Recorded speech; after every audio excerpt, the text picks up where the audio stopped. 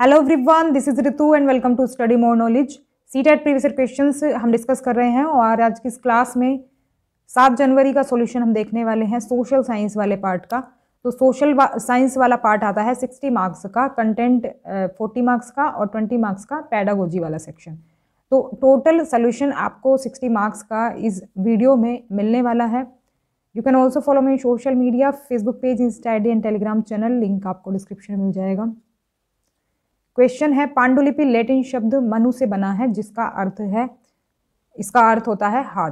तो second option यहाँ पर करेक्ट हो जाएगा। थोड़ा सा जान लेते हैं।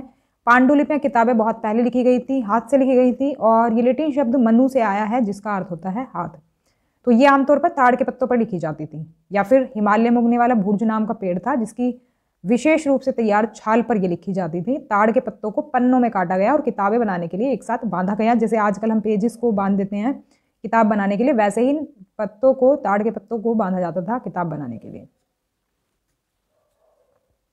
तो ये पांडुलिपियां अभी बहुत ही कम संख्या में उपलब्ध हैं। कई पांडुलिपियों को कीड़े खा गए, कुछ नष्ट हो गई, लेकिन कई मंदिरों और मठों में भी संरक्षित मिलती है। तो ये थी कुछ इस तरह की पांडुलिपि, यहाँ पर आप देख सकते हो। तो पत्ते पर लिखी जाती थी, ताड़ के पत्ते पर, और ये है भुज नाम के पेड़ की छाल, तो इससे तैयार की जाती थी और उस पर ये लिखी जाती थी पांडुलिपियाँ। ये यहाँ पर कथन दिए गए हैं महरौली दिल्ली में लोहे के खंभे से रिलेटेड स्टेटमेंट्स, और सही आपको सेलेक्ट करना है। सही हो जाएगा ऑप्शन नंबर सेकंड। ए और डी सही है, बी और सी गलत है। तो लोहे से बना है ये बात सही है, और इसका वजन 4 टन है ये बात भी सही है। बीच की जो 2 स्टेटमेंट्स हैं इसमें थोड़ा सा फिगर में डिफरेंस है, जो रियल में फिगर है।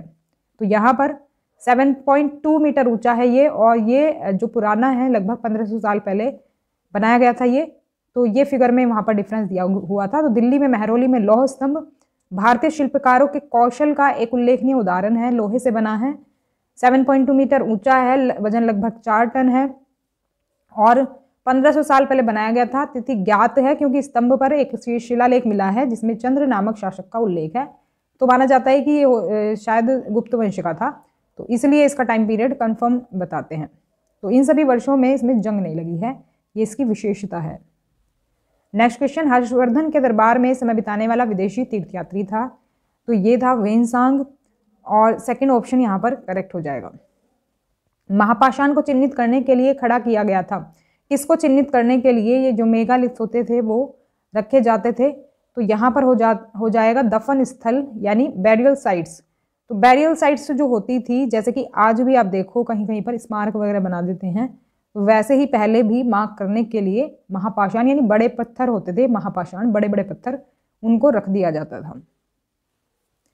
जीवन कष्टों और दुख से भरा है। ऐसा इसलिए है क्योंकि हम लालसा और इच्छाओं से प्यार करते हैं जो अक्सर पूरी नहीं होती हैं। तो उपयुक्त सिद्धांत किसने दिया है? तो ये सिद्धांत दिया है गौतम बुद्ध ने। थर्ड ऑप्शन करेक्ट हो जाएगा। संघ के संबंध में कौन सा कथन सही है? ये हो जाएगा सेकंड ऑप्शन। उन्हें भोजन के लिए, भीख मांगने के लिए शहरों और गांव में जाना पड़ता था जो लोग संघ में रहते थे। तो सेकंड ऑप्शन यहाँ पर करेक्ट हो जाएगा। झूम खेती के बारे में स्टेटमेंट दी गई है, सही ऑप्शन यहाँ पर होगा फोर्थ ऑप्शन। पहला गलत है, दूसरा सही है कि झूम खेतिहरों को बसाने का ब्रिटिश प्रयास बहुत सफल रहा। तो गलत है, ये सफल नहीं रहा इनका प्रयास। तो उत्तर पूर्वी भारत में झूम खेतिहरों ने पारंपरिक पद्धति का अभ्यास करने पर जोर दिया, यानी कि जो इनका ट्रेडिशनल मेथड था झूम कल्टीवेशन का, वो इन्होंने जारी रखा। जैसे कि भाई ये कहीं पर जाते थे, जला देते थे उस जगह को, और फिर वहाँ पर खेती करते थे। जब वो जगह का उपजाऊपन खत्म हो जाता था, फिर कहीं और चल देते थे। तो ये जो ट्रेडिशनल मेथड था ये इन्होंने फॉलो किया। नेक्स्ट क्वेश्चन में असर्शन और रीजन दिया गया है, सही ऑप्शन यहाँ पर हो जाएगा फर्स्ट। दोनों सही हैं। रीड और मुनरो ने तर्क दिया कि दक्षिण में सीधे किसानों के साथ ही बंदोबस्त करना चाहिए, और उसका रीजन क्या था कि रीड और मुनरो को लगता था कि दक्षिण में उत्तर से भिन्न कोई पारंपरिक जमींदार नहीं थे।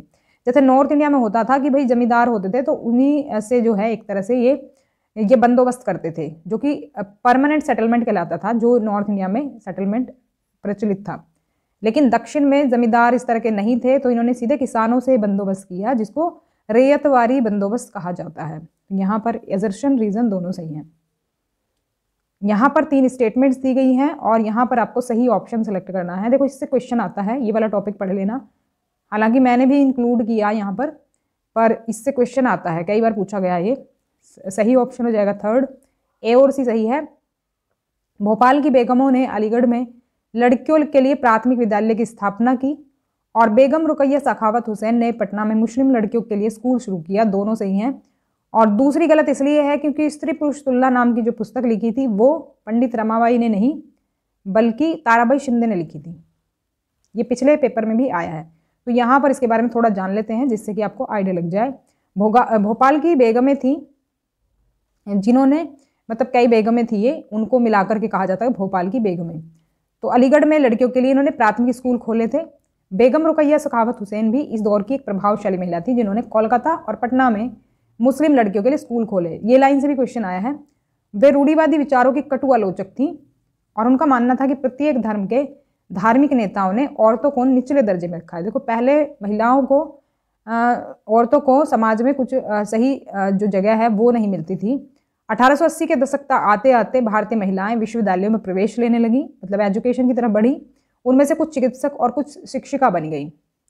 पूना में घर पर ही रहकर शिक्षा प्राप्त करने वाली ताराबाई शिंदे ने स्त्री पुरुष तुलना नाम से एक किताब प्रकाशित की और जिसमें पुरुषों और महिलाओं के बीच मौजूद सामाजिक अंतरों की आलोचना की गई थी।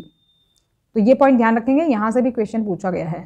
संस्कृत की विद्वान पंडिता रमाबाई का मानना था कि हिंदू धर्म महिलाओं का दमन करता है। ये इससे रिलेटेड क्वेश्चन हमारे पिछले क्वेश्चन पेपर में था, जो कि हमने अभी सुबह ही डिस्कस किया था। 10 तारीख का जो क्वेश्चन पेपर है, तो उसमें दिया गया था कि भाई हिंदू धर्म प्रगतिवादी रहा है महिलाओं के लिए, तो वो स्टेटमेंट इसी वजह से गलत है। यहाँ पर ये वाले स्टेटमेंट का जवाब आपको मिल गया होगा। उन्होंने ऊंची जातियों की हिंदू महिलाओं की दुर्दशा पर एक किताब भी लिखी थी। तो उन्होंने पुणे में एक विधवा गृह की स्थापना भी की जहाँ ससुराल वालों के हाथों अत्याचार झेल रही महिलाओं को पनाह दी जाती थी और वहाँ ऐसी चीज़ें सिखाई जाती थी कि जिसके सहारे वे अपनी रोजी रोटी चला सकें, यानी कि सेल्फ डिपेंडेंट बन सकें। नेक्स्ट क्वेश्चन, निम्नलिखित में से कौन सती प्रथा के विरुद्ध एक दलील है? Which of the following is an argument against the practice of sati? यहाँ पर सही ऑप्शन हो जाएगा सेकंड। यदि आप महिलाओं को शिक्षित नहीं करते हैं तो आपने कमतर कैसे मान सकते हैं? देखो, अगर आप इस टॉपिक को नहीं पढ़ा होगा ना आपने, तो आप इसको समझ नहीं पाएंगे कि ये कैसी बात की गई है। कुछ बेतुका सा इसका आंसर लग रहा है, लेकिन अभी देख लेते हैं क्या है इसका मतलब। देखो, यहाँ पर अगर हम बात करें ना, जब सती प्रथा के लिए विरोध कर रहे थे राजाराम मोहन राय, तो अब उस टाइम पर ये कई सारी प्रथाओं के विरोधी थे। तो राजाराम मोहन राय ने अपने विचारों का प्रसार करने के लिए बहुत सारे पर्चे लिखे थे। अब इनमें से कुछ पर्चे किसी खास रिवाज के समर्थक और आलोचकों के बीच बहस के रूप में लिखे गए थे, यानी कि उनकी जो बीच में डिबेट हो रही थी ना, उसके बारे में लिखे थे। और सती प्रथा के बारे में इसी तरह का एक उदाहरण है जो कि यहाँ पर दिया गया आपकी किताब में। एक तरफ तो आपको मिलेगा उदाहरण क्या, जो सती समर्थक हैं। सती प्रथा थी ना, जब किसी का पति मर जाता था तो उसकी जो पत्नी होती थी उसको भी उसके साथ जिंदा जलाया जाता था, वो थी सती प्रथा। अब उस सती प्रथा के कुछ लोग समर्थक थे, कुछ लोग विरोधी थे। तो जो समर्थक थे उनके बारे में यहाँ दिया गया है उनकी बातचीत। औरतें कुदरती तौर पर कम समझदार, बिना दृढ़ संकल्प वाली, भरोसे के योग्य नहीं होती हैं। उनमें से बहुत सारी खुद ही अपने पति की मृत्यु के बाद उनके साथ जाने की कामना करने लगती हैं, परंतु वे कहीं धधकती आग से भाग ना निकलें, इसलिए हम उन्हें पहले चिता की लकड़ियों में कसकर बांध देते हैं। तो ये वो लोग हैं, उनका कथन है ये, जो समर्थक थे सती प्रथा के। अब देख लेते हैं सती विरोधी जो थे, जो विरोध करते थे इस प्रथा का, उनका क्या कहना था। आप लोगों ने महिलाओं को अपनी स्वाभाविक क्षमता का प्रदर्शन करने का सही मौका ही कब दिया? फिर भला तुम ये कैसे कह सकते हो कि उनमें समझ नहीं होती? अगर ज्ञान और शिक्षा के बाद भी कोई व्यक्ति ना समझ सकता हो या पढ़ाई गई चीज़ों को ग्रहण ना कर पाए तो हम उसे अक्षम मान सकते हैं एक बार के लिए कि भाई इसने पढ़ा लिखा और फिर भी जो है इसके समझ में नहीं आएगा, तो मतलब इसमें वो क्षमता नहीं है। लेकिन अगर तुम औरतों को पढ़ने का मौका ही नहीं दोगे तो तुम उन्हें कमतर कैसे कह सकते हो? तो ये वाली लाइन आ गई ना लास्ट में। तो एज इट इज़ उठाया गया क्वेश्चन है, तो वहाँ पर यही पूछा था हमसे कि भाई सती विरोधी जो है दलील कौन सी है, तो वो यही है सेकंड ऑप्शन में। और बाकी जो है ना, बाकी ये सती के समर्थक वाली दलील हैं जो हमने भी फर्स्ट पैरा में पढ़ी है। ये वाली, ये आपने देखा होगा, यहाँ पर हमने पढ़ी थी ना ये वाली, ये ऊपर के पैरा में दी हुई हैं। तो ये सती समर्थक वाली लाइनें हैं बाकी की, और सती विरोधी हमसे पूछी दलील थी, तो वो सेकंड ऑप्शन में दी गई है। तो उम्मीद है ये टॉपिक अभी समझ में आ गया होगा। यहाँ पर इंग्लिश में देख सकते हो, इंग्लिश में इसको कहा जाता है सती समर्थक जो बयान था, एडवोकेट ऑफ सती, और जो विरोधी बयान है वो है opponent of Sati. Next question में असर्शन है और रीजन है। यहाँ पर सही ऑप्शन हो जाएगा फर्स्ट, दोनों सही है। यहाँ पर एक्सप्लेनेशन सही दी गई है। 19वीं शताब्दी के दौरान अधिकांश शिक्षित महिलाओं को घर पर पढ़ाया जाता था, और रीज़न है 19वीं सदी में ज़्यादातर लोगों का मानना था कि महिलाओं को सार्वजनिक क्षेत्र से दूर रहना चाहिए, उससे उन पर गलत प्रभाव पड़ेगा। तो कई सारी मान्यताएं थी इस तरह की, तो दोनों सही दिए गए हैं, रीज़न भी सही है। निम्नलिखित में से किस घटना का असम राज्य से महत्वपूर्ण संबंध है? तो यहाँ पर अगर बात करें सही ऑप्शन की तो हो जाएगा स्वदेशी आंदोलन। तो देखो, आपको पता ही है कि जो बंगाल का विभाजन हुआ था, बंगाल के विभाजन के बाद बंगाल को दो भागों में बांट दिया था, वेस्ट बंगाल और ईस्ट बंगाल। तो जो ईस्ट बंगाल था वो उसको असम के साथ मिला दिया गया था। तो वहाँ पर हुआ क्या था कि जब ये मतलब विभाजन हो गया ना, तो एक तरह से जो भारत के लोग थे वो खिलाफ हो गए थे ब्रिटिश सरकार के। तो उन्होंने क्या किया था, फिर स्वदेशी आंदोलन चलाया था, बहिष्कार किया था इन अंग्रेजी वस्तुओं का, बाहर से जो चीज़ें आती थी इनकी आयात जो होती थी सबका बहिष्कार किया, स्वदेशी को अपनाया था। तो इसी वजह से इसका नाम पड़ा था स्वदेशी आंदोलन कि भाई हम अपने भारत की चीज़ों को यूज़ करेंगे और इनके जो है सभी चीज़ों का बहिष्कार करेंगे, सरकारी कॉलेजों का, स्कूलों का और सरकारी मतलब जो भी थी चीज़ें, उपाधियों का या फिर जो भी जॉब्स का, सबका बहिष्कार इन्होंने किया था। तो इसी वजह से स्वदेशी आंदोलन कहलाया और असम राज्य से इसलिए इसका महत्वपूर्ण संबंध है। फोर्थ ऑप्शन यहाँ पर करेक्ट हो जाएगा। नेक्स्ट क्वेश्चन, दादा भाई नौरोजी की पुस्तक poverty and un British rule in India का व्यापक विषय लगभग है? क्या विषय है, मतलब लगभग किसके बारे में है ये चीज़, मतलब ये जो बुक है? तो यहाँ पर सही ऑप्शन हो जाएगा थर्ड, भारतीय उपमहाद्वीप में ब्रिटिश शासन का आर्थिक प्रभाव। देखो, दादा भाई नौरोजी ने पुस्तक जब लिखी थी जब ब्रिटिश रूल था, और उस टाइम पर जो ब्रिटिशर्स थे ना वो यहाँ का पैसा अपने देश में भेज रहे थे किसी ना किसी तरीके से, अलग अलग तरीक़ों से। तो यहाँ से क्या करते थे वो मतलब जो कच्चा माल था वो यहाँ से ले जाते थे और वहाँ से क्या करते थे, महंगे प्रोडक्ट आते थे और यहाँ से फिर मतलब क्या होता था, यहाँ के पैसों को ही जो है हर चीज़ में लगाते थे, कंस्ट्रक्शन वगैरह में, या फिर वहाँ पर कुछ भी उन्हें डेवलपमेंट करना होता था यहाँ के पैसे को ही लगाते थे। तो बहुत सी चीज़ें थी जिसमें यहाँ का भारत का पैसा वो लगा रहे थे अपने कामों में। तो उसके बारे में एक किताब थी कि अन ब्रिटिश रूल किस तरह से है भारत में, और एक तरह से लोगों को तो पता ही नहीं था कि जो हमारा पैसा है वो बाहर जा रहा है, इनके देश में जा रहा है। तो इसी बारे में ये पूरी किताब थी। थर्ड ऑप्शन यहाँ पर करेक्ट हो जाएगा। तो आर्थिक प्रभाव वही हो गया, इकोनॉमिक इम्पैक्ट। मद्रास प्रेसिडेंसी में किस भाषाई समुदाय के लिए पोट्टी श्रीरामुलु एक गांधीवादी नेता थे? ये 1950 के दशक में एक अलग राज्य चाहते थे और उनकी मृत्यु हो गई। तो इन्होंने उपवास किया था और काफ़ी लंबा उपवास वो चला था, तो उसकी वजह से इनकी मृत्यु हो गई थी। ये तेलुगु भाषी लोगों के लिए एक अलग राज्य चाहते थे। थर्ड ऑप्शन करेक्ट हो जाएगा। फिर इसके बाद जो है 1953 में आपका ये बना था आंध्र प्रदेश। तो आंध्र प्रदेश स्टेट का जो है फॉर्मेशन हुआ था। तो आंध्र प्रदेश पहला ऐसा स्टेट था जो कि लैंग्वेज के आधार पर राज्य बना था। तो थर्ड ऑप्शन करेक्ट है। नेक्स्ट क्वेश्चन है ज्योग्राफी से, यहाँ पर आपको मैच करने हैं पहले ए को बी से। तो सही ऑप्शन यहाँ पर हो जाएगा सेकंड। ए को हम तीसरे से मिलाएंगे, पृथ्वी का अपने अक्ष पर घूमना घूर्णन कहलाता है, और बी को पहले से मिलाएंगे, सूर्य के चारों ओर एक स्थिर कक्षा में पृथ्वी का घूमना परिक्रमण कहलाता है। यानी सूर्य जो मतलब पृथ्वी जो सूर्य के चारों ओर चक्कर लगाती है उसको हम कहते हैं परिक्रमण। परिक्रमा से याद रखेंगे, ये बताया था मैंने। और सी को चौथे से मिला देंगे, ग्लोब पर दिन व रात का विभाजन कहलाता है प्रदीप्ति व्रत, और पृथ्वी पर बराबर रात और दिन होने का समय क्या है, विषुव है। जब पृथ्वी पर दिन और रात बराबर होते हैं, कोई भी ध्रुव जो है सूरज की तरफ नहीं झुका होता, तो इक्वल जो है प्रकाश मिलता है पृथ्वी को। तो यहाँ पर दिन रात जो है इक्वल हो जाते हैं। समय क्षेत्रों को दर्शाने वाले मानचित्रों को पढ़ते समय एक बच्चा पूछता है इस मानचित्र पर +5, -5, +3, -3 आदि क्यों अंकित हैं? छात्र के प्रश्न को कक्षा में स्पष्ट करते समय शिक्षक द्वारा निम्नलिखित में से किसे शामिल किया जाना चाहिए? तो यहाँ पर सही ऑप्शन होगा ए और बी। अंतर्राष्ट्रीय समय क्षेत्र हमें शामिल करना चाहिए। उसी के हिसाब से हम इस कंसेप्ट को समझा पाएंगे कि भाई जो 0 डिग्री जो एक तरह से मानक रेखा है, देशांतर लाइन है, उसके हिसाब से टाइम कैसे डिवाइड है, और ग्रीनविच से विशेष स्थान के देशांतर की सापेक्ष स्थिति। तो इसके थ्रू हम इस चीज़ को समझा पाएंगे कि किस तरह से ये +5 -5 लिखा है। तो ये 2 पॉइंट हमें चाहिए होंगे, ए और बी। अब यहाँ पर बोला है कि ग्रीनविच से विशेष स्थान के अक्षांश की सापेक्ष स्थिति। तो अक्षांश की हमें ज़रूरत नहीं है इसके लिए, यहाँ पर टाइम के लिए। नेक्स्ट क्वेश्चन में आपको हीट जोन से रिलेटेड आंसर करना है। यहाँ पर सही ऑप्शन हो जाएगा third, only C is true. देखो हीट जोन से बहुत क्वेश्चंस आए हैं, छोटा सा टॉपिक है, बस क्लियर होना चाहिए कंसेप्ट, और क्वेश्चन आपका आता ही आता है इससे। तो ठंडे क्षेत्रों में सूर्य की किरणें हमेशा तिरछी होती हैं और कम गर्मी प्रदान करती हैं, ये स्टेटमेंट यहाँ पर सही है। बाकी की गलत है। कर्क और मकर रेखा के बीच का क्षेत्र शीतोष्ण कटिबंध कहलाता है, तो गलत है, ये उष्ण कटिबंध कहलाता है। विश्व के ऊष्मा क्षेत्रों के देशांतर के अनुसार वर्गीकृत किया गया है, ये भी गलत है, अक्षांश के अनुसार किया गया है। तो यहाँ पर आप देख सकते हैं, तो ये पूरे पृथ्वी पर हीट जोन्स हैं 3, एक ये बीच वाला हो गया, इसको टोरिड जोन कहते हैं उष्ण कटिबंध हिंदी में। ये येलो वाला टेम्परेट जोन है, इसको हम शीतोष्ण कटिबंध कहते हैं। ऊपर वाले में उत्तरी जोड़ देते हैं, नीचे वाले में दक्षिणी जोड़ देते हैं।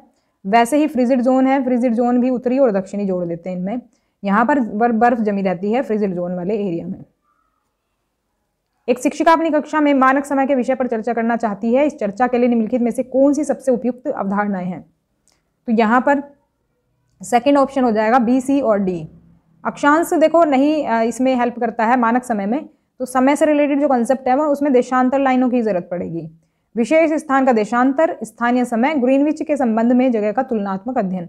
भाई हमें पता होना चाहिए ग्रीनविच लाइन से वो जो जगह है वो कितनी दूर है, तो ये हमें पता होना चाहिए। तो तीनों चीजें चाहिए होंगी, बी, सी और डी।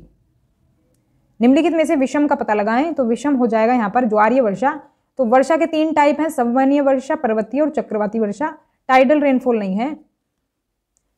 तो यहाँ पर संवहनीय वर्षा वो होती है जब पृथ्वी की सतह से गर्म हवा जलवाष्प के साथ ऊपर की ओर उठती है, ऊंचाई पर पहुंचती है, टेम्परेचर कम रहता है तो संघनित हो जाती है और बादल बनाती है। तो फिर उसके बाद वो जो है जब वो भारी हो जाते हैं बादल, तो फिर वो प्रेसिपिटेशन के रूप में पृथ्वी पर आ जाती है। पर्वतीय वर्षा तब उत्पन्न होती है जब ऊपरी भाग के पहाड़ हवा के प्रवाह में बाधाओं के रूप में काम करते हैं, मतलब हवा को रोकते हैं पहाड़, तो जिससे हवा ऊपर उठती है और नम हवा ऊपर की ओर जाती है, फिर भाई वो भी बरस जाती है ऐसी। चक्रवाती वर्षा जब होती है जब गर्म और ठंडी हवा एक दूसरे से मिलती है। तो ये तीनों सिचुएशन है। और यहाँ पर देखो डायग्राम के थ्रू भी पूछा गया था क्वेश्चन, शायद ये वाला डायग्राम था, ये प्रीवियस ईयर में आया हुआ है ये, तो डायग्राम के थ्रू भी पूछा गया है। तो तीनों टाइप यहाँ पर दिख जाएंगे। ऋतुओं के परिवर्तन के संदर्भ में इन 2 कथनों पर विचार करें, सही ऑप्शन हो जाएगा थर्ड। दोनों ही सही हैं। पृथ्वी का घूर्णन अक्ष उसकी कक्षा के तल के सापेक्ष झुका हुआ है और पृथ्वी का परिक्रमण और उसकी धुरी का एक निश्चित दिशा में झुकाव जो है ऋतुओं का कारण बनता है। तो जो पृथ्वी सूर्य के चारों ओर परिक्रमा करती है और अक्ष पर जो झुकी हुई है, इन दोनों रीजन की वजह से सीजन्स होते हैं और पहली दूसरी दोनों ही सही हैं। तो यहाँ पर आप देख सकते हैं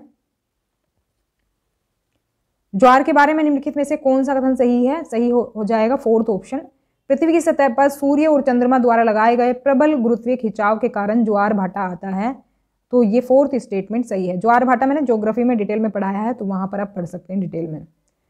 यहाँ पर एटमॉस्फेयर की डेंसिटी से क्वेश्चन है, सही ऑप्शन हो जाएगा फर्स्ट। ए और बी सही है। वायुमंडल का घनत्व ऊंचाई के साथ बदलता रहता है और वायुमंडल का घनत्व समुद्र तल पर अधिकतम होता है। दोनों स्टेटमेंट सही हैं। सी गलत है क्योंकि समुद्र तल पर वायुमंडल का घनत्व न्यूनतम नहीं बल्कि अधिकतम होता है। तो ए और बी सही हो जाएंगे। तो जैसे जैसे फिर हम ऊंचाई पर जाते हैं तो घनत्व जो है कम होता जाता है। तो वायुमंडल का घनत्व ऊंचाई के साथ बदलता रहता है, समुद्र तल पर अधिकतम होता है और ऊपर जाने पर घट जाता है ये। और तो पर्वतारोही जो जाते हैं ना, सांस लेने में सक्षम होने के लिए अपने साथ ऑक्सीजन सिलेंडर ले जाते हैं इसी वजह से, क्योंकि ऊपर जाने पर जो एक तरह से ये डेंसिटी ऑफ एटमॉस्फेयर है वो कम हो जाती है। तो जैसे जैसे ऊपर जाते हैं टेम्परेचर भी कम होता जाता है। वायुमंडल पृथ्वी पर दबाव डालता है और ये जगह जगह बदलता रहता है। कुछ क्षेत्रों में उच्च दबाव और कुछ क्षेत्रों में कम दबाव का अनुभव होता है। कहीं पर हाई प्रेशर, कहीं पर लो प्रेशर। वायु उच्च दाब से निम्न दाब की ओर चलती है। गतिशील वायु को हवा के रूप में जाना जाता है। कंटूर बैरियर के लिए निम्नलिखित में से कौन सा सही है? सही ऑप्शन हो जाएगा फोर्थ। ये मैंने प्रैक्टिस में भी कराया था। आकृति के साथ अवरोधों को बनाने के लिए पत्थरों, घास और मिट्टी का उपयोग किया जाता है। जैसे सड़क पर बैरियर बनाते हैं ना रोकने के लिए, जो लोग स्पीड में जाते हैं उनको रोकने के लिए, वैसे ही बनाते हैं खेतों में भी। तो ये जो बैरियर बनाए हुए हैं ये पत्थर, घास और तीसरी चीज़ क्या थी? मिट्टी। तो इनका हम यूज़ करते हैं। ये मिट्टी से बना हुआ बैरियर है। इसके अलावा मल्चिंग होती है। मल्चिंग होता है पृथ्वी की सरफेस को किसी बाहरी चीज़ से ढक देना, जिससे उसकी नमी बरकरार रहे। कुछ ऐसी फसलें होती हैं भाई जिनमें हमें पानी, जैसे कि या फिर कुछ सूखे एरिया होंगे जहाँ पर हमें नमी ज़्यादा टाइम के लिए रखनी है, स्प्रिंकलिंग सिंचाई हम करते हैं अगर, उसमें भी हमें इसकी ज़रूरत पड़ेगी मल्चिंग करने की, जिससे नमी ज़्यादा टाइम के लिए बनी रहे। शेल्टर बेल्ट्स हम यूज़ करते हैं मिट्टी के कटाव को रोकने के लिए। तो वैसे तो ये तीनों चीज़ें ही हम मिट्टी के कटाव को रोकने के लिए करते हैं। शेल्टर बेल्ट्स में यहाँ पर पौधे लगा देते हैं हम किनारों पर, इस तरह से लाइन से, इनको कहते हैं शेल्टर बेल्ट्स। ऋतु प्रवास के लिए निम्नलिखित कथनों पर विचार करें, सही ऑप्शन चुनें। तो पहला ऑप्शन सही है, ऋतु प्रवास लोगों का एक मौसमी आवागमन है, तो पहला सही हो जाएगा। ऋतु प्रवास एक मौसमी चक्र में पशुओं को एक चरागाह से दूसरे चरागाह में लेने जाने की क्रिया या फिर अभ्यास है, आमतौर पर सर्दियों में तराई और गर्मियों में ऊंचे इलाकों में। इसका रीज़न बताया था मैंने। सर्दियों में तो देखो भाई ऊपर बर्फ जम जाती है तो नीचे आ जाते हैं, नीचे वाले तराई के एरिया में, और गर्मियों में क्योंकि ऊपर ठंडा मौसम अच्छा हो जाता है तो ऊपर चले जाते हैं ऊंचे इलाकों में। निम्नलिखित में से किस स्थान पर ताप विद्युत संयंत्र स्थित है? तो ये हो जाएगा ऑप्शन नंबर 4, तारापुर, महाराष्ट्र। बाकी के ऑप्शन की बात करूं तो यहाँ पर न्यूक्लियर पावर प्लांट है कलपक्कम तमिलनाडु और नरोरा उत्तर प्रदेश में, और मणिकरण में भूतापीय ऊर्जा संयंत्र है, जियोथर्मल प्लांट है, ध्यान रखेंगे इस पॉइंट को। ये हमने खनिज एवं शक्ति संसाधन वाला जो चैप्टर है ज्योग्राफी का उसमें पढ़ा था।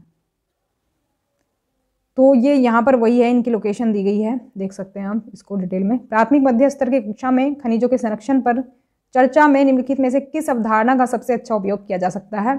तो खनिजों के संरक्षण के लिए 3 स्टेप हम यूज़ कर सकते हैं, जैसे कि रीयूज़ करें और रिड्यूस करें, रिसाइकल, 3 स्टेप का यूज़ किया जाता है। तो रिन्यू नहीं होगा इसमें, क्योंकि रिन्यू नहीं कर सकते ना खनिजों को। कपास की फसल के बारे में निम्नलिखित में से कौन सा कथन सही है? फर्स्ट ऑप्शन सही होगा, बस पहला ही यहाँ पर सही है। इसकी वृद्धि के लिए 210 पाला रहित दिनों और तेज धूप की जरूरत होती है। दूसरा दिया है भारी वर्षा की जरूरत होती है, तो ऐसा नहीं है। और बलुई रेतीली मिट्टी की जरूरत होती है, तो ये भी गलत है। इसके लिए काली मिट्टी चाहिए होती है। यहाँ पर देख लेते हैं, कपास की वृद्धि के लिए उच्च तापमान चाहिए, हल्की बारिश चाहिए, जबकि वहाँ पर दिया था भारी बारिश, और 210 पाला रहित दिन और तेज धूप की जरूरत इसमें होती है। काली और जलोढ़ मिट्टी पर सबसे अच्छा बढ़ता है, वहाँ पर रेतीली दी थी। तो चीन, अमेरिका, भारत, पाकिस्तान, ब्राजील और मिस्र कपास के प्रमुख उत्पादक हैं, यानी भारत भी शामिल है इसमें, और सूती वस्त्र उद्योग के लिए मुख्य कच्चे मालों में से ये एक है। नाव प्रतियोगिता का संबंध भारत के किस त्योहार से है? तो ये है ओणम। तो नाव प्रतियोगिता केरल में मनाए जाने वाले ओणम त्योहार का एक महत्वपूर्ण हिस्सा है। लद्दाख के बारे में स्टेटमेंट्स दी गई हैं, सही ऑप्शन हो जाएगा 3rd। पहला सही है, दूसरा गलत है, मतलब रीजन गलत दिया गया है। लद्दाख के लोग मुख्य रूप से अपनी आजीविका के लिए पशुपालन पर निर्भर हैं, सही है। और इस क्षेत्र में अच्छी वर्षा होती है, फिर भी भूमि खेती के लिए उपयुक्त नहीं है। भाई अच्छी वर्षा नहीं होती यहाँ पर, बल्कि मैं कहूँगी वर्षा होती नहीं है, या तो बहुत कम होती है या तो फिर नहीं होती बिल्कुल भी। वृष्टि छाया क्षेत्र में आता है ये एरिया। वृष्टि छाया क्षेत्र वो होते हैं जहाँ पर बारिश ही नहीं होती। तो भारत की संसद में शामिल है, कौन शामिल है भारत की संसद में? ये है राष्ट्रपति, राज्यसभा और लोकसभा। नेक्स्ट क्वेश्चन भी हमारा अजर्शन और रीजन से रिलेटेड है। बहुत क्वेश्चन आते हैं अजर्शन रीजन से, कंसेप्ट क्लियर होगा तो ही कर पाओगे इनको। यहाँ पर सही ऑप्शन हो जाएगा फर्स्ट, सरकार अपने नागरिकों से कर के रूप में धन एकत्र करती है, टैक्स लेती है, और कारण है कि सरकार विशेष रूप से गरीबों को कुछ सेवाएं प्रदान करती है जो उन्हें बाजार से खरीदने का जोखिम नहीं उठा सकते, जैसे कि एग्जाम्पल है स्वास्थ्य देखभाल। तो भाई टैक्स जो गवर्नमेंट लेती है ना, वो कुछ फैसिलिटी उसके बदले में देती है नागरिकों को, जो हर कोई नागरिक अपने लिए नहीं कर सकता। अब जैसे भाई मान लो सड़कें बनानी है, तो सड़क आप अपने घर तक कहीं भी आपको जाना हो वहाँ तक सड़क खुद थोड़ी ना बनाओगे, तो ये गवर्नमेंट करेगी। या फिर अस्पताल वगैरह गवर्नमेंट बनाएगी, या फिर जो स्कूल्स हैं वो भी गवर्नमेंट बनाएगी। हालांकि प्राइवेट स्कूल्स भी होते हैं, लेकिन सरकार की रिस्पॉन्सिबिलिटी होती है कुछ जो है चीज़ों को चलाने की या बनाने की, तो ये चलाती है सरकार टैक्स के पैसे से। तो यहाँ पर दोनों सही हैं।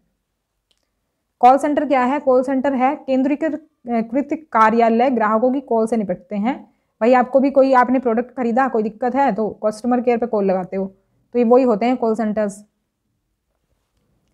निम्नलिखित कथनों पर विचार करें और बाजार अर्थव्यवस्था में उनका सही क्रम चुनें। सही ऑप्शन हो जाएगा सेकंड, ए लगाएंगे पहले। गिनिंग मिल कपास को साफ करती हैं और उसके गोले बनाती हैं, यानी बीज उसमें से निकाल करके कॉटन को साफ कर देती हैं। उसके बाद कताई मिल कपास खरीदती है और सूत व्यापारी को सूत बेचती है। अब इसके बाद क्या स्टेप आएगा कि सूत विक्रेता व्यापारियों को सूत दे देते हैं, और सूत के बदले, सूत यानी धागा, धागा भी इसको कहते हैं। तो इसके बाद सूत व्यापार बुनकरों को दे देते हैं। बुनकर क्या करते हैं, उसका धागे से कपड़ा बुन करके दे देते हैं वापस जो व्यापारी होता है उसको। तो यहाँ पर सेकंड ऑप्शन करेक्ट हो जाएगा। भारतीय जनसंघ के संस्थापक कौन थे? तो ये थे श्यामा प्रसाद मुखर्जी। महिलाओं के खिलाफ उल्लंघन होने पर महिला आंदोलन अपनी आवाज उठाता है। अन्याय की ओर ध्यान आकर्षित करने के लिए निम्नलिखित में से कौन सा एक बहुत शक्तिशाली तरीका है? तो ये हो जाएगा सार्वजनिक रैलियां और प्रदर्शन, पब्लिक रैलीज एंड डिमॉन्स्ट्रेशन। खेतिहर मजदूर फातिमा का एक्सीडेंट हो गया, 8 सरकारी अस्पतालों ने उसे भर्ती करने से इनकार कर दिया। वो अदालत में जा सकती थी और दलील दे सकती थी कि उसके डैश के अधिकार का उल्लंघन किया गया। तो कौन से अधिकार का उल्लंघन हुआ उसका? तो जीवन जीने का अधिकार, क्योंकि राइट टू हेल्थ उसका उल्लंघन हुआ उसका, तो वो इंक्लूड है किसमें? राइट टू लाइफ में। तो जीवन जिससे भी चीज़ से भी खतरे में पड़ेगा वो हमारा सभी राइट टू लाइफ में इंक्लूड होता है। भारतीय संविधान की प्रस्तावना में कौन से मूल्य निहित हैं? तो ये हैं वो राष्ट्रीय मूल्य जिन्होंने स्वतंत्रता संग्राम को प्रेरित किया। भारत में उच्च न्यायालयों द्वारा लिए गए निर्णय निचली अदालतों के लिए बाध्यकारी होते हैं, ये संदर्भित करता है। तो देखो, जो भी उच्च न्यायालय फैसला कर देगा वो उससे नीचे वाली जो अदालत है उसको मानना पड़ेगा। इसका मतलब क्या है कि हमारे यहाँ पर एकल और एकीकृत न्यायिक प्रणाली है, सिस्टम जो है एक तरह से जुड़ा हुआ है। तो फर्स्ट ऑप्शन यहाँ पर करेक्ट हो जाएगा। सुप्रीम कोर्ट के आदेश के परिणाम स्वरूप दिल्ली जैसे शहरों में वायु प्रदूषण में कमी आई है। तो यहाँ पर सेकंड ऑप्शन करेक्ट हो जाएगा। कौन सा आदेश था? आदेश था कि डीजल का उपयोग करने वाले सभी सार्वजनिक परिवहन वाहनों को कंप्रेस्ड नेचुरल गैस पर स्विच करना चाहिए। तो तब से ही सीएनजी का काफ़ी मात्रा में इस्तेमाल होने लगा, अभी पॉल्यूशन में काफ़ी कमी आई है। नेक्स्ट क्वेश्चन में 2 स्टेटमेंट्स हैं, सही ऑप्शन यहाँ पर हो जाएगा फर्स्ट, दोनों ही सही हैं। आदिवासी धर्मों ने साम्राज्य के प्रमुख धर्मों को प्रभावित किया है, और उड़ीसा के जगन्नाथ पंथ और बंगाल और असम में शक्ति परंपराएं आदिवासी धर्मों के प्रभाव के उदाहरण हैं।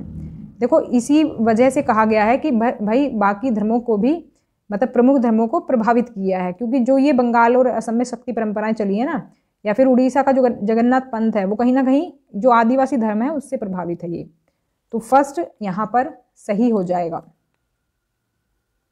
यहाँ से पेडागोजी स्टार्ट होती है। भारत में सकारात्मक कार्रवाई पर चर्चा में सामाजिक विज्ञान शिक्षक के लिए निम्नलिखित में से कौन सा विषय प्रासंगिक है? कौन सा विषय जो है वो रेलेवेंट है? यहाँ पर सही ऑप्शन हो जाएगा सेकंड ऑप्शन, मानवाधिकारों की सार्वभौम घोषणा, universal declaration of human rights. देखो, सकारात्मक कार्रवाई क्या होती है इसके बारे में थोड़ा जान लेते हैं। तो इंडिया में क्या है सकारात्मक कार्रवाई, उसको जान लेते हैं। ये उन वंचित समूहों के सदस्यों का समर्थन करने के लिए होती है जो मतलब समर्थन करने के लिए सरकार की नीतियों को संदर्भित करता है। भाई सरकार ने कुछ नीतियां बनाई होती हैं उन समूहों के लिए जिन्होंने ऐतिहासिक रूप से शिक्षा, रोजगार, आवास, समाज में सम्मान के क्षेत्रों में भेदभाव का सामना किया है। जिन लोगों के लिए के सामने मतलब भेदभाव हुआ, एक तरह से हम मार्जिनलाइज ग्रुप भी कह सकते हैं एक तरह से। तो जो ये सरकारी सेवाओं में नियुक्ति या फिर पदोन्नति हो गई, या फिर सार्वजनिक शिक्षण संस्थानों में जो आरक्षण मिलता है, रिजर्वेशन पॉलिसी है, या फिर केंद्र और राज्य विधानसभाओं में जो सीटों का आरक्षण है, ये उसी का एक पार्ट है। ऐसे ही मानवाधिकारों की जो सार्वभौम घोषणा है मानवाधिकार के इतिहास में एक मील का पत्थर दस्तावेज है, और ये भी इसका सकारात्मक कार्रवाई का ही एग्जाम्पल है। तो यहाँ पर सेकंड ऑप्शन करेक्ट हो जाएगा। राजनीति विज्ञान की निम्नलिखित में से कौन सी गतिविधि छात्रों को आलोचनात्मक सोच कौशल विकसित करने में मदद करती है? तो हो जाएगा फोर्थ ऑप्शन, भारतीय संविधान लोकतंत्र के सिद्धांतों को कैसे दर्शाता है, इस पर चर्चा करना। देखो, मैंने आपको बहुत बार बताया है, जो क्रिटिकल थिंकिंग जो डेवलप होती है वो कुछ एक तरह से हमको सोचने पर मजबूर करती है। एक तो डिफरेंट वेज में सोचने पर मजबूर करती है, दूसरा एनालाइज करने पर आप मजबूर हो जाते हैं। आपको इसका कोई फिक्स आंसर बुक में नहीं मिलता है, ये आपके एक तरह से विचार डेवलप करने में मदद करते हैं इस तरह के क्वेश्चंस। तो फोर्थ ऑप्शन यहाँ पर करेक्ट हो जाएगा। भूकंप के विषय को पेश करने से पहले निम्नलिखित में से कौन से विषय को कवर करना आवश्यक है? तो ये हो जाएगा ऑप्शन नंबर सेकंड, पहला और तीसरा, मैग्मा और स्थलमंडल। देखो, भूकंप जो है ना, एक तरह से जो हमारे पृथ्वी के अंदर के जो फोर्सेस होते हैं, यहाँ पर देखो सेकंड में बहिर्जात बल की बात की हुई है, एक होते हैं इंडोजेनिक फोर्सेस जो अंदर से उत्पन्न होते हैं बल। तो अंदर से जो एक तरह से वो गति होती रहती है ना पृथ्वी की, उसका ये परिणाम होता है भूकंप। तो ये मैग्मा जो है, मैग्मा मूवमेंट करता रहता है पृथ्वी के अंदर, इसको हमें पढ़ाना ज़रूरी है पहले। और स्थलमंडल के बारे में, स्थलमंडल में आपको पता ही है प्लेटें होती हैं, जो प्लेटों का मूवमेंट होता रहता है, मैग्मा के कारण ही ये प्लेट्स भी मूव करती रहती हैं। तो इन दोनों के बारे में जानकर ही तभी हम भूकंप पढ़ा पाएंगे और तभी कंसेप्ट क्लियर हो पाएगा। उपकेंद्र जो है, एपिसेंटर, ये वो वाला पार्ट होता है जो भूकंप का ही ये पार्ट होता है एक तरह से, और ये भी पृथ्वी के ऊपर के सरफेस की बात करेगा। तो पृथ्वी के ऊपर के सरफेस पर जहाँ पर भूकंप महसूस किया जाता है वो होता है एपिसेंटर। और बहिर्जात बल, जो बाहरी फोर्स होता है, एक तरह से आपके होते हैं जो पृथ्वी की सतह पर जो फोर्सेस लगते हैं, एक तरह से जो बाहरी जो एक्टिविटीज़ होती हैं पृथ्वी के बाहरी सतह पर, जैसे कि वेदरिंग हो गया, जैसे कि इरोजन हो गया, ये सभी जो है उसी के पार्ट हैं। तो यहाँ पर पहले हमें मैग्मा और स्थलमंडल को पढ़ाना होगा भूकंप के विषय को पढ़ाने से पहले। एक समाचार पत्र के लेख में कहा गया है कि एक नियोक्ता ने उम्मीदवारों से पूछा कि वे किस राज्य से संबंधित हैं और तदनुसार निर्णय लिया कि साक्षात्कार के साथ आगे बढ़ना है या नहीं। उपरोक्त उदाहरण निम्नलिखित में से किस अधिकार का उल्लंघन है? तो ये हो जाएगा राइट टू इक्विलिटी, समानता का जो अधिकार है इसका उल्लंघन है, क्योंकि वो इक्वल ट्रीट नहीं कर रहे हैं सभी लोगों को। थर्ड ऑप्शन यहाँ पर करेक्ट हो जाएगा। श्री कमल अपने छात्रों को सामाजिक विज्ञापन की अवधारणा समझाना चाहते हैं, निम्नलिखित में से कौन सा उदाहरण सबसे कम प्रासंगिक है? सही ऑप्शन होगा फोर्थ, एक राजनीतिक दल का चुनावी घोषणा पत्र जिसमें बताया गया है कि वे किन मुद्दों पर काम करेंगे। सामाजिक विज्ञापन होता है एक तरह से जिसमें सोशल मैसेज हम देते हैं पूरे सोसाइटी को। तो यहाँ पर बाकी की बात करें तो सभी ये एक सोशल मैसेज दे रहे हैं कि स्वच्छ भारत मिशन पर होर्डिंग्स का प्रदर्शन, तो ये भी सभी के लिए है। कन्या भ्रूण हत्या पर पर्चे का वितरण और धूम्रपान के प्रतिकूल प्रभावों पर समाचार पत्रों का विज्ञापन। लेकिन जो एक राजनीतिक दल जो कर रहा है काम कि हम किन मुद्दों पर काम करेंगे, ये सोशल मैसेज तो नहीं है, तो इसी वजह से ये हो जाएगा सबसे कम प्रासंगिक। निम्नलिखित में से कौन सा विषय रचनात्मक दृष्टिकोण का उपयोग करके पढ़ाए जाने के सबसे कम उपयुक्त है? तो ये हो जाएगा ऑप्शन नंबर 1, भारतीय मैदानों में मृदा निक्षेप। देखो, कंस्ट्रक्टिविस्ट अप्रोच वो होती है जिसमें हम बच्चों को उनकी नॉलेज जो है कंस्ट्रक्ट करने का मौका देते हैं। तो ये जो बाकी के जो टॉपिक्स है ना, इसमें बच्चे नॉलेज अपनी कंस्ट्रक्ट कर पाएंगे। लेकिन भारतीय मैदानों में जो मृदा निक्षेप है ना, इसका तो फिक्स आंसर दे सकते हैं वो। तो यहाँ पर दूसरा, तीसरा और चौथा जो है वो एक तरह से कंस्ट्रक्टिविस्ट जो है अप्रोच में का उपयोग करके पढ़ाए जाने के लिए उपयुक्त हैं। एक भूगोल शिक्षक समुद्र की धाराओं पर एक विषय शुरू कर रहा है। शिक्षक निम्नलिखित में से किस विषय से शुरुआत कर सकता है?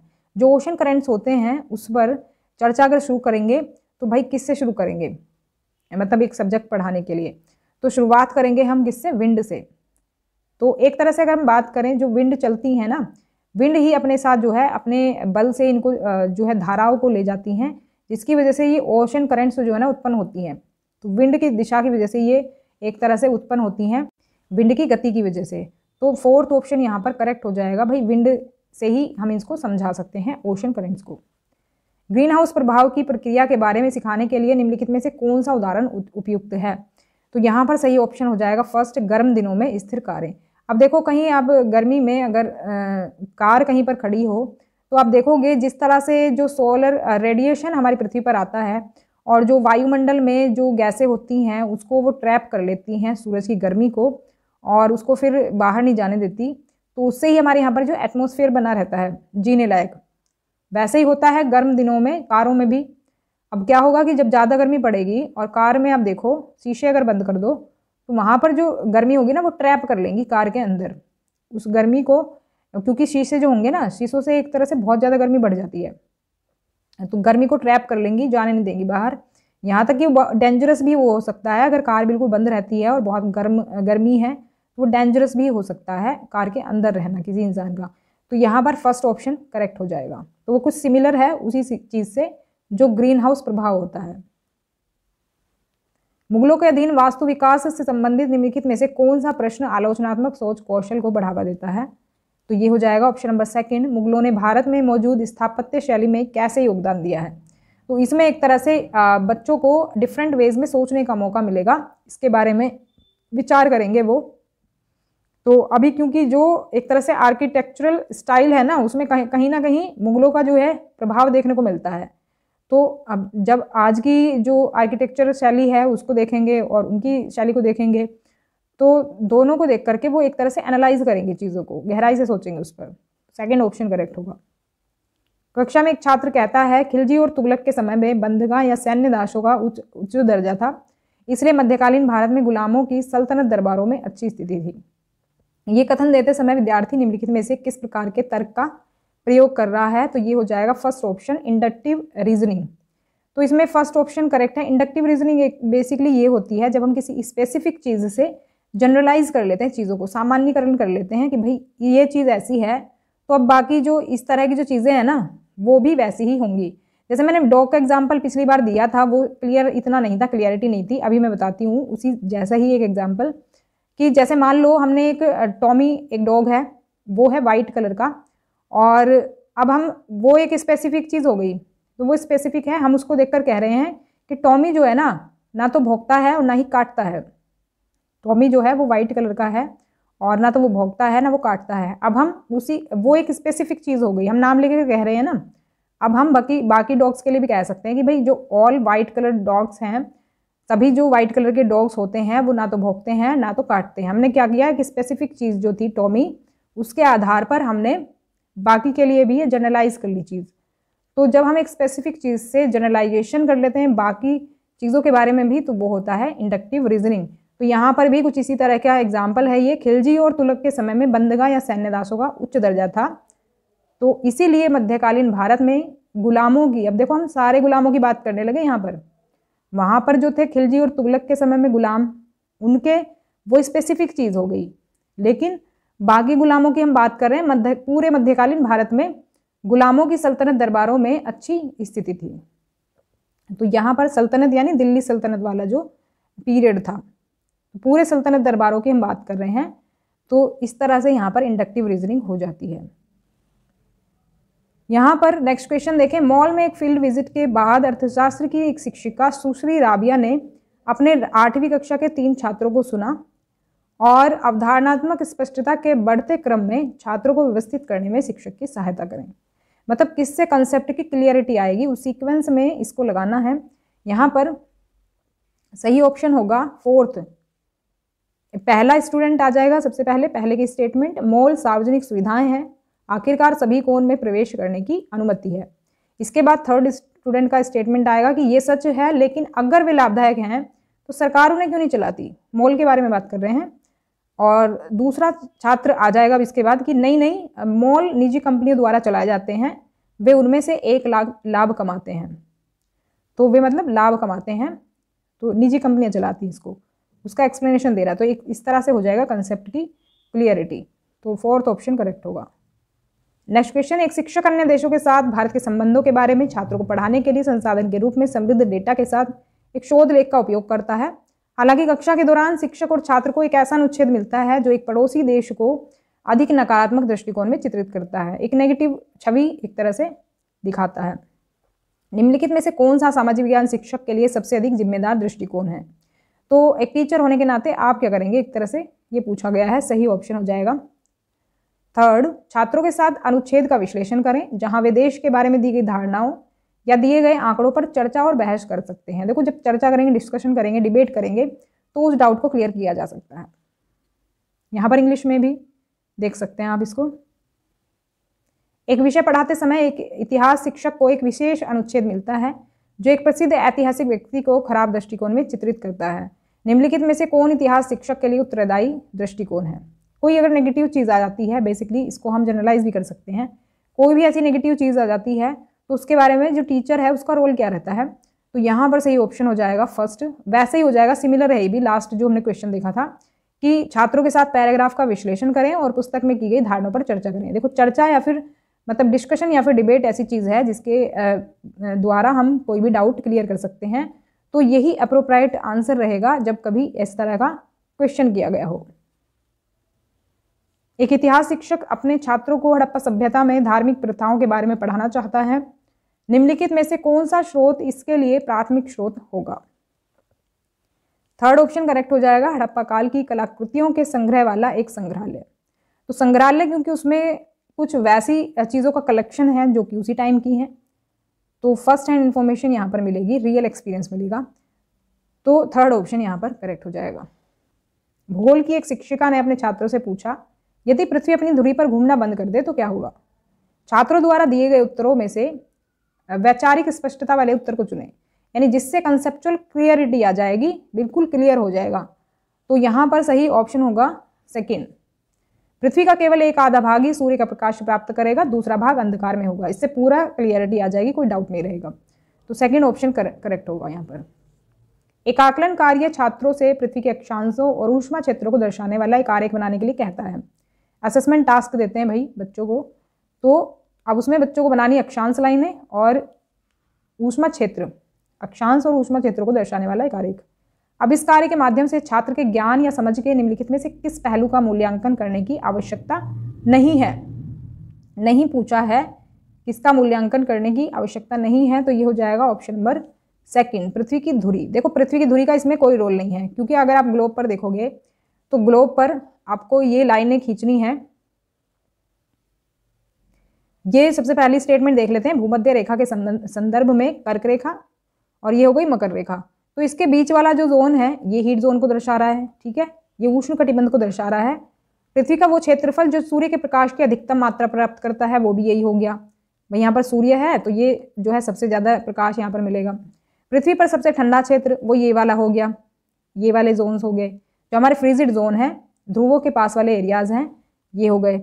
अब इसके बाद फिर ये वाला भी हमारा क्लियर हो ही जाएगा। तो यहाँ पर स्टेटमेंट में ऐसे दिया नहीं है, लेकिन यहाँ पर ध्रुवी का कोई यूज़ नहीं आ रहा है, क्योंकि हीट जोन्स डिवाइड करने में ध्रुवी का कोई रोल नहीं है पृथ्वी की, तो इसीलिए इसकी हमें ज़रूरत नहीं है। तो फर्स्ट, थर्ड और फोर्थ की यहाँ पर ज़रूरत होगी, सेकंड की नहीं है, और यही हमसे पूछा था। श्री दलजीत ने अपने छात्रों से भारत में सविनय अवज्ञा आंदोलन शुरू करने का सबसे महत्वपूर्ण कारण पर शोध करने और एक संक्षिप्त नोट लिखने के लिए कहा। तो मतलब ये सविनय अवज्ञा आंदोलन जो शुरू हुआ था, इसका महत्वपूर्ण कारण, तो फिर वह प्रस्तुत किए गए सत्रीय कार्यों का उपयोग सीखने के रूप में आकलन के लिए करना चाहता है। तो सीखने के रूप में आकलन, यानी कि इंग्लिश में कहें तो असेसमेंट एज लर्निंग। छात्रों से पूछने के लिए निम्नलिखित में से कौन सा प्रासंगिक प्रश्न है? तो इसके लिए प्रश्न सबसे प्रासंगिक रहेगा कि आपकी विचार प्रक्रिया क्या थी जब आपने तय किया कि किस कारण के बारे में लिखना है। असेसमेंट एज लर्निंग होता है कि आप असेसमेंट करते करते क्या है ना, सिखा भी रहे हैं, बच्चे सीख भी रहे हैं असेसमेंट के दौरान। तो यहाँ पर थर्ड ऑप्शन करेक्ट हो जाएगा। तो आप इससे असेसमेंट भी कर लेंगे और बच्चे सीख भी लेंगे। सीखने का उद्देश्य क्या है कि छात्र नमी के बारे में अपनी समझ दिखाएंगे। लर्निंग ऑब्जेक्टिव्स, हमारा ये क्या है, उद्देश्य है सीखने का। तो अब इस सीखने के उद्देश्य के लिए निम्नलिखित में से कौन सा प्रश्न परीक्षण करता है? तो यहाँ पर सही हो जाएगा सेकंड ऑप्शन, आर्द्र मौसम में कपड़ों को सूखने में अधिक समय क्यों लगता है। अब इस क्वेश्चन को करने के बाद ना हमारा जो ऑब्जेक्टिव है कि भाई छात्र नमी के बारे में अपनी समझ दिखाएंगे, ये पूरा हो जाएगा।